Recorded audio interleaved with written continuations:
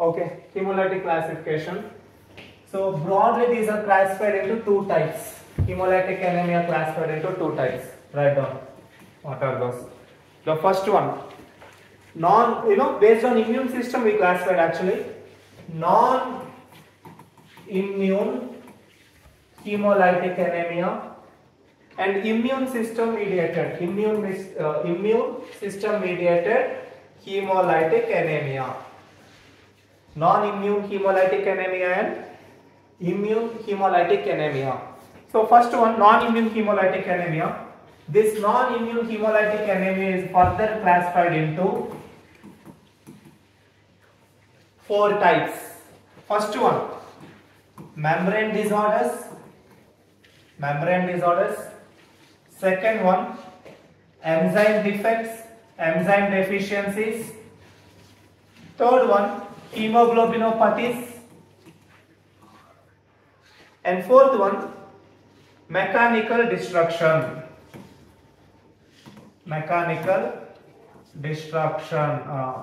Okay. So now I guess you can able to tell what are the two types of membrane defects we know. What are those? Hereditary spherocytosis. Yeah, very good. Hereditary spherocytosis and hereditary erythrocytosis. And you know the reasons also, what's going on. So tell me a quick overview. What happens in hereditary spherocytosis?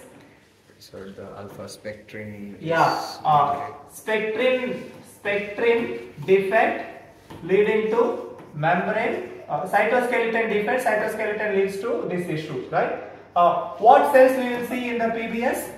In peripheral blood smear, what we will see in hereditary spherocytosis?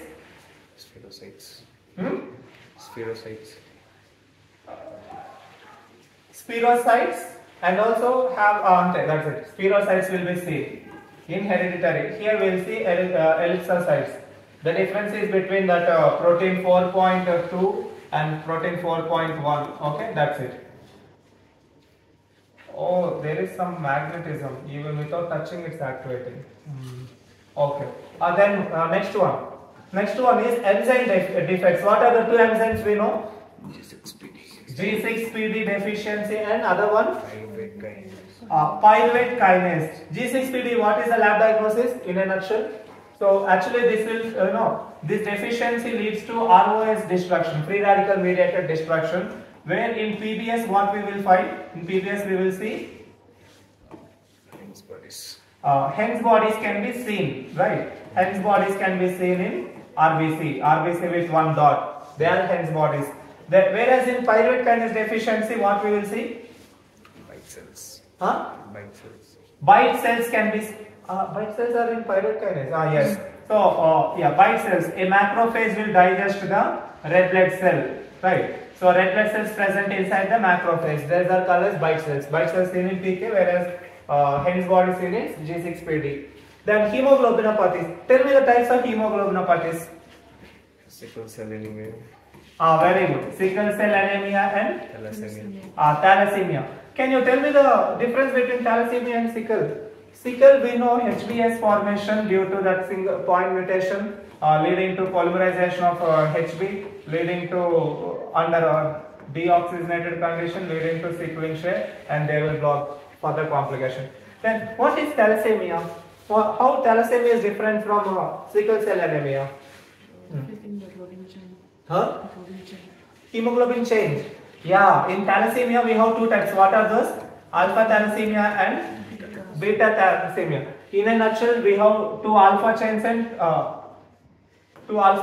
two beta chains. When there is an issue with alpha, that is called major, and beta is minor. Major thalassemia major and thalassemia minor. Okay. Thalassemia is also called as Cooley's anemia. Have you know? This scientist is called as COOLI, not that Hindi Cooley, it's a different one, right? Then mechanical destruction due to some mechanical damage, trauma, etc. leads to this one. Okay, and one more was drugs. There are some drugs that will attack, that will metabolize with the red blood cells and they will cause hemolysis. Drug-related hemolytic anemia. Okay. Now there is an entire different classification. They are also saying, yeah. Now I understood. Yes. See, all these things are intravascular hemolysis. All these things happening within the blood vessel. A self hemolysis happened by the RBC, intravascular hemolysis. Okay, and other one, extravascular hemolysis. Extravascular hemolysis, I think we need to break this, classification like this, right? Based on non-immune, immune, and place of hemolysis, based on location of hemolysis. If it's happening within the blood vessel, that is called intravascular hemolysis. If it's happening outside the blood vessel, such as the spleen, then this is called as extravascular hemolysis. Let us keep a separate classification to it. Intravascular and extravascular hemolysis. Yes, Anshuman, any doubts? Sir, microangiopathic hemolytic anemia would be under which one? Microangiopathic will be intravascular because within the blood vessels. Yes. Sir, it won't come under non-immune. It won't come under non-immune. It will come under non-immune. So there are some cross. There will be some cross. Duplications. But anyway, I just want to let you know, because in some textbooks classification they entirely going with this approach rather than immune approach. They are going with intravascular and extravascular. There is a dedicated classification based on this one. So just keep remember these things. Okay. Next one, immune hemolytic anemia, immune mediated hemolytic anemia. For this I need the next page. Now we will write immune mediated hemolytic anemia. Immune mediated hemolytic anemia. Write down what are these things. These immune mediated hemolytic anemia are 3 types. These are of 3 types.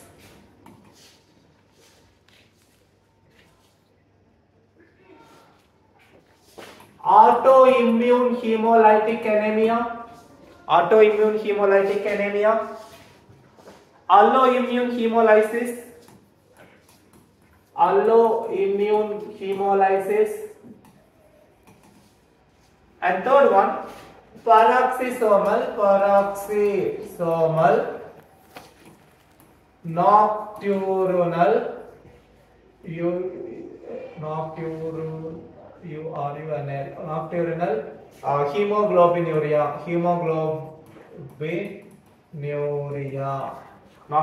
hemoglobinuria, paroxysmal nocturnal hemoglobinuria. Yeah.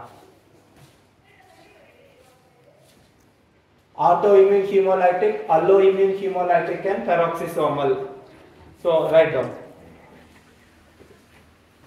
In autoimmune hemolytic, these are further divided into 2 types.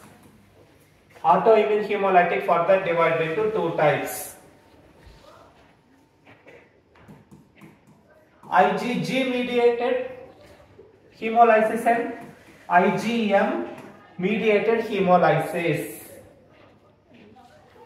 Usually IgG is involved at 37 degrees centigrade. Hence this is also called as warm AIHA, warm autoimmune hemolytic anemia.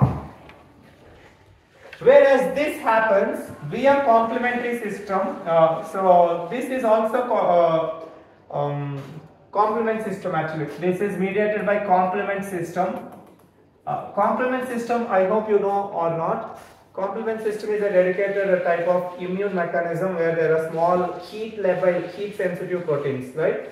So this is, since there is an involvement of heat sensitive proteins, complement mediated IgM, via IgM there is a hemolytic anemia. This is also called as cold autoimmune hemolytic anemia. So this is the major difference, the difference between warm and cold. Warm facilitated by IgG and this is cold. Okay. So warm happens due to RBC opsonization. RBC opsonization. Do you know what is the meaning of opsonization? Tell me what is opsonization. marking for destruction. Very good. Marking for the destruction. The RBC will be, if this is the RBC, it will be marked by, can you tell me the protein name? Opsonizing molecule name. There is a small opsonizing molecule, C3b. C3b will be coated on the surface of RBC. Now, whomsoever coated with C3b, they will be engulfed by a macrophage. A macrophage will engulf these RBCs. And such mediated mechanism is called as opsonization. That is seen in IgG. And this will be destroyed in the spleen. This will be destroyed in the spleen. So this is what happens in warm AIHA. Whereas in cold AIHA, you can understand directly complement system will be activated, and complement system will cause something called membrane attack complex, and membrane attack complex will drill some holes in the RBC, and they will destroy the red blood cells. Okay, yeah. This cold AIHA is also seen in mycoplasma, MTB infection, pneumonia infection, plus infectious monocytosis. This is a viral infection.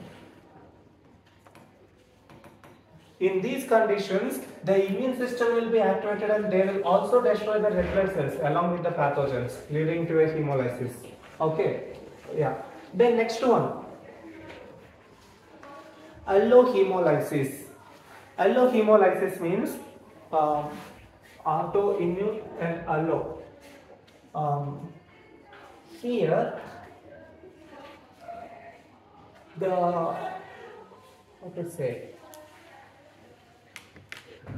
allohemolysis, within the bracket you can write, it is mediated by antibodies especially, not the complement system, but the antibodies. Antibodies will be mediated in alloimmunity. These are of two types.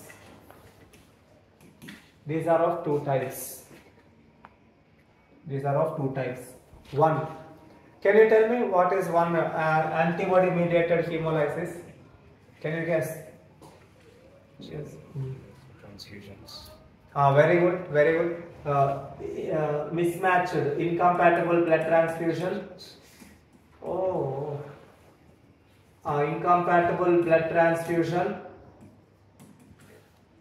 This it's not working properly somewhere. Okay, incompatible blood transfusion, one. And other one, can you guess? One more reason where antibodies will destroy. HDN.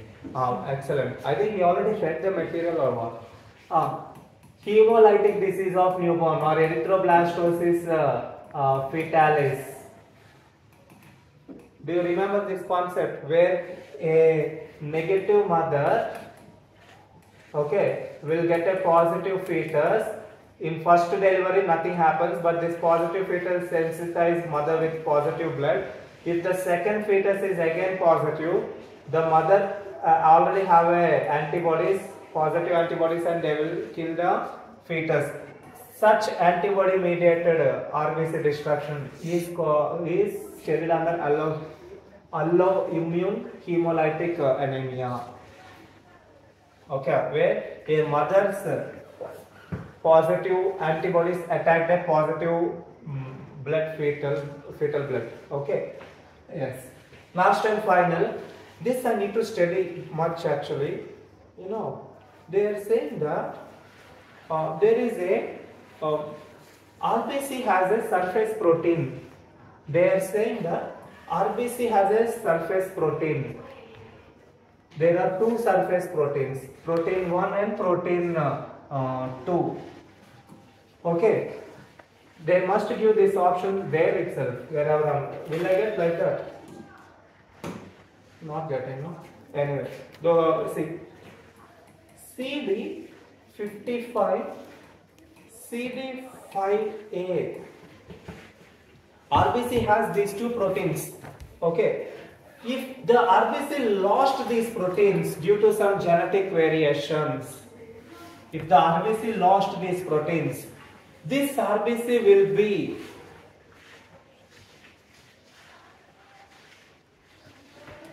coated by C3b molecule. That C3b molecule will lead to complement system activation. Complement system activation. This activated complement system will attack the red blood cell, but I don't know why this is happening in the night. Well, I don't know why it's particularly. Now I understood. The reason was this complement system dependent on IgM again, and that they need cold temperatures. And the night time definitely body will be somewhat less warm. It will be cold state. So now the RBC hemolysis happens at the night. Early morning you will get a dark urine. So paroxysmal, frequently every night hemoglobin present, urine with hemoglobin will be observed. This condition is called paroxysmal nocturnal hemoglobinuria. Every night there will be a hemolysis in the body. But I'm still, wondering if this is the case. We all having that temperature fluctuations. How our normal body managing these issues? Next time you read this one, how exactly paroxysmal nocturnal hemoglobinuria, pathophysiology. That is something interesting. Sir, like these markers, they are not present in the cells. These markers are usually, they must be present, but in this condition they are absent. So, since they are absent, the complement system binded it. It recognized it as a foreign. Sir, not absent due to like genetically or? Genetics only, that's why. But let us see, then we'll do one thing. Actually I need internet to that.